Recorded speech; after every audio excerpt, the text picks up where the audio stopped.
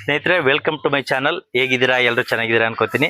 ಇವತ್ತು ನಂದೇ ಗಾಡಿ ಟೊಯೋಟಾ ಅರ್ಬನ್ ಕ್ರೂಸರ್ ಇದ್ರದ ರಿವ್ಯೂ ಅಂದರೆ ಅದ್ರ ಬಗ್ಗೆ ಕೆಲವೊಂದು ವಿಚಾರಗಳು ನಿಮ್ಮ ಜೊತೆ ನಾನು ಡಿಸ್ಕಸ್ ಮಾಡ್ತೀನಿ.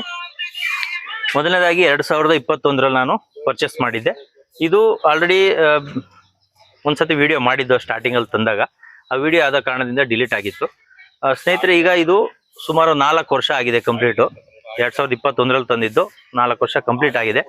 ಈ ಗಾಡೀಲಿ ನಮಗೆ 4 ವರ್ಷ ಓಡಿಸಿದ್ದೀನಲ್ಲ, ಆ ಓಡಿಸಿರೋ ಎಕ್ಸ್ಪೀರಿಯನ್ಸ್ ನಾನು ನಿಮ್ಮ ಜೊತೆ ಶೇರ್ ಮಾಡ್ಕೊತೀನಿ. ಟೊಯೋಟಾ ಅರ್ಬನ್ ಕ್ರೂಸರ್ ಬಂದು ನಾನು ತಗೊಂಡಾಗ 11.5 ಲಕ್ಷ ಇತ್ತು. ಈಗ ನಂದು 51,000 ಕಿಲೋಮೀಟ್ರ್ ಓಡಿಸಿದ್ದೀನಿ. ಈಗ ಮೊದಲನೇದಾಗಿ ನಾನು ನಿಮಗೆ ಇದ್ರ ಬಗ್ಗೆ ಮೈಲೇಜ್ ಹೇಳಬೇಕು ಅಂತಂದರೆ, ಮೈಲೇಜು ತುಂಬ ಚೆನ್ನಾಗಿದೆ. ಪೆಟ್ರೋಲ್ ಗಾಡಿ ಇದು. ಪೆಟ್ರೋಲ್ ಗಾಡಿ ಬಂದು ನಮ್ಮದು 16 ಮೈಲೇಜ್ ಕೊಡುತ್ತೆ.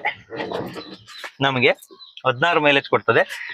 ಇಲ್ಲಿ ತೋರಿಸಿ ಸರ್, ಇದ್ರ ಬಗ್ಗೆ ನಾನು ನಿಮ್ಮ ಜೊತೆ ಲಾಸ್ಟಲ್ಲಿ ಮಾತಾಡ್ತೀನಿ. ಇದು ಮತ್ತೆ ಇದು ಏನಕ್ಕೆ ಈ ಥರ ಆಗಿದೆ ಅಂದ್ಬಿಟ್ಟು ಲಾಸ್ಟಲ್ಲಿ ಮಾತಾಡ್ತೀನಿ. ಮತ್ತೆ ಬಿಲ್ಡ್ ಕ್ವಾಲಿಟಿ ಬಗ್ಗೆನೂ ಕೂಡ ಈ ವಿಡಿಯೋದಲ್ಲಿ ನಿಮಗೆ ನಾನು ತೋರಿಸ್ತೀನಿ.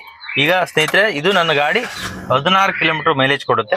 ಹೆಂಗೆ ಹೊಡೆದ್ರು, ಎಷ್ಟೇ ಸ್ಪೀಡಾಗಿ ಹೊಡೀರಿ, ಬುಡಿ ಒನ್ ಹ್ಯಾಂಡಲ್ ಗಾಡಿ ಇಟ್ಕೊಂಡ್ರೆ ನಿಮಗೆ 16 ಕಿಲೋಮೀಟರ್ ಫಸ್ಟ್ ಕ್ಲಾಸಾಗಿ ಬರ್ತದೆ.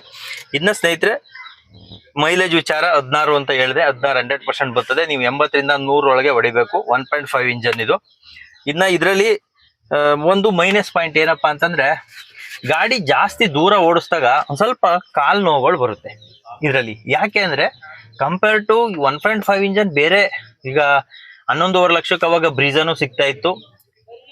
ಇನ್ನೊಂದು ಲಕ್ಷ 1.5 ಲಕ್ಷ ಒಂದು ಸ್ಪೆಂಡ್ ಮಾಡಿದ್ರೆ ಕಿಯಾಗಳು ಬರ್ತಾ ಇತ್ತು.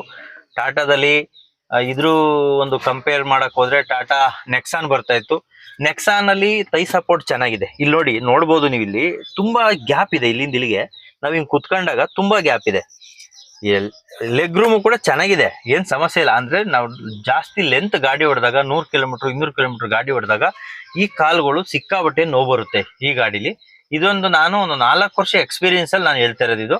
ನಾನು ಇದಕ್ಕಿಂತ ಮುಂಚೆ ನಂದು ಬಲೋನಾ ಗಾಡಿ ಇತ್ತಲ್ಲ, ಆ ಗಾಡಿ ಕೂಡ ನಮಗೆ ಈ ತರ ಕಾಲ್ ನೋವು ಬರ್ತಿರ್ಲಿಲ್ಲ. ಇದರಲ್ಲಿ ತುಂಬಾ ಕಾಲ್ ನೋವು ಬರ್ತದೆ.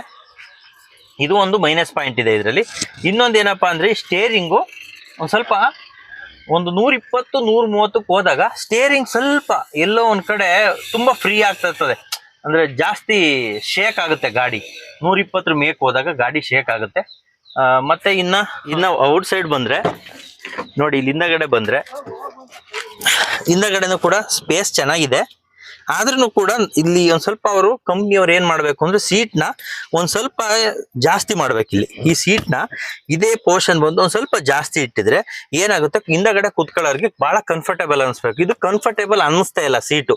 ಏನೋ ಒಂಥರ ಗಾಡಿ ಹೊರಗಡೆಯಿಂದ ದೊಡ್ಡ ಗಾಡಿ ಇರ್ಬೋದು, ಆದ್ರೆ ಒಳಗಡೆಯಿಂದ ಏನ್ ಮಾಡಿದಾನೆ, ಈ ಬೂಟ್ ಸ್ಪೇಸ್ ಕೊಡಕ್ಕೋಸ್ಕರ ಒಂದ್ ಸ್ವಲ್ಪ ಕಮ್ಮಿ ಮಾಡಿ ಇಲ್ಲೆಲ್ಲ ತುಂಬಾ ಅಷ್ಟು ಕಂಫರ್ಟೇಬಲ್ ಅನ್ಸಲ್ಲ. ಹಿಂದೆ ಕುತ್ಕೊಳ್ಳೋರ್ಗು ಕೂಡ ಕಂಫರ್ಟೇಬಲ್ ಅನ್ಸಲ್ಲ. ನನಗೆ ಒಟ್ಟಿನಲ್ಲಿ ಆ ಒಳಗ್ ಕುತ್ಕೊಳ್ಳೋಕೆ ಕಂಫರ್ಟೇಬಲ್ ಇಲ್ಲ ಇದರಲ್ಲಿ 4 ವರ್ಷದ ಎಕ್ಸ್ಪೀರಿಯನ್ಸ್ ಅಲ್ಲಿ. ಇನ್ನ ಬೂಟ್ ಸ್ಪೇಸ್ ಬಗ್ಗೆ ಏನ್ ಮಾತಾಡಂಗಿಲ್ಲ. ಬೂಟ್ ಸ್ಪೇಸ್ ತುಂಬಾ ಚೆನ್ನಾಗಿದೆ. ಬೂಟ್ ಸ್ಪೇಸ್ ಎಲ್ಲ ನೀಟಾಗೇ ಇದೆ. ಬೂಟ್ ಸ್ಪೇಸ್ ಅಲ್ಲಿ ಏನು ಸಮಸ್ಯೆ ಇಲ್ಲ. ಆರಾಮಾಗಿ 3-5 ಜನ ಕುತ್ಕೊಂಡು ಆರಾಮಾಗಿ ಹೋಗ್ಬೋದು, ಸಾಮಾನುಗಳು ಮಡಿಕೋಬಹುದು. ಇನ್ನ ಬಂದು ಸ್ನೇಹಿತರೆ, ಬನ್ನಿ ಈಗ ನಾನು ಈ ಗಾಡಿ ಬಿಲ್ಡ್ ಕ್ವಾಲಿಟಿ ಬಗ್ಗೆ ಮಾತಾಡ್ತೀನಿ. ಈಗ 2021ರಲ್ಲಿ BS6 ತಗೊಂಡಾಗ ಗ್ಲೋಬಲ್ ಇನ್ಕ್ಯಾಪ್ ಏನಿದೆ ಅದೇನು ಚೆಕ್ ಮಾಡಿರ್ಲಿಲ್ಲ. ಈ ಗಾಡಿ ಆಕ್ಸಿಡೆಂಟ್ ಆದಾಗ ಈ ಗಾಡಿ ಆಕ್ಸಿಡೆಂಟ್ ಆದಾಗ ಇಲ್ಲಿಗೆ ತುಂಬಾ ದೊಡ್ಡ ಮಟ್ಟದಲ್ಲಿ ಕಲ್ಲಿಗೆ ಹೋಗಿ ಗುದ್ದಿದ್ದೆ. ನಾನೇ ಡ್ರೈವ್ ಮಾಡ್ತಾ ಇದ್ದೆ. ಇಲ್ದು ಹೊರಗಡೆಯಿಂದ ಈ ತರ ಕಾಣಿಸ್ತಾ ಇದೆ. ಇದನ್ನ ಸ್ವಲ್ಪ ಸರಿ ಮಾಡಿಸಿದೀನಿ. ಇಲ್ಲಿ ಹೊಡೆದು ಟೈರ್ ಎಲ್ಲ ಫುಲ್ ಬ್ಲಾಸ್ಟ್ ಆಗಿತ್ತು. ಟೈರ್ ಎಲ್ಲ ಹೊಡೆದೋಗಿ ಫುಲ್ಲು ಈ ರಿಮ್ ಎಲ್ಲ ಕಟ್ ಆಗಿತ್ತು. ಒಂದು ಸ್ಪೇರ್ ವೀಲ್ ತೆಗೆದು ಹಿಂದಕ್ಕೆ ಹಾಕಿದ್ದೀನಿ, ಅದು ಫುಲ್ಲು ಡ್ಯಾಮೇಜ್ ಆಗಿತ್ತು. ಮತ್ತೆ ಇನ್ನೊಂದು ಏನಪ್ಪಾ ಅಂತ ಅಂದ್ರೆ, ಇಲ್ಲಿ ನೋಡಿ, ಈ ಡೋರು ಕೂಡ ಫುಲ್ಲು ಅಲ್ಲಿಂದ ಹೊಡೆದಿರೋ ರಭಸಕ್ಕೆ ಡೋರ್ ಎಲ್ಲ ನೋಡಿ ಇಲ್ಲಿ ತೆಗಿಯಕ್ ಆಗ್ತಾ ಇಲ್ಲ. ಸೌಂಡ್ ಬರ್ತಾ ಇದೆ. ಇದು ರಿಪೇರಿಗೆ ಬಿಡ್ಬೇಕು ಇನ್ನೂ. ಇಲ್ಲಿ ನೋಡಿ, ಇಲ್ಲಿ ಒಬ್ಸರ್ವ್ ಮಾಡಬಹುದು. ಇಲ್ಲಿ ಗಂಟನೂ ಕೂಡ ಅದು ಅಷ್ಟು ಫಾಸ್ಟ್ ಆಗಿ ಹೋಗಿ ಗುದ್ದಿದ್ದು.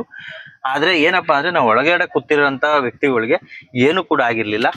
2 ಏರ್ ಬ್ಯಾಗು ಕೂಡ ತಕ್ಷಣ ಓಪನ್ ಆಗಿರೋದ್ರಿಂದ ನಮ್ಗೆ ಏನೋ ಸಮಸ್ಯೆ ಆಗಿರ್ಲಿಲ್ಲ. ಇಲ್ಲೊಂದ್ ಸ್ವಲ್ಪ ನಮ್ಗೆ ಈ ಕೈಲಿ ಇಷ್ಟೇ ಅಗಲ ಗಾಯ ಆಗಿತ್ತು.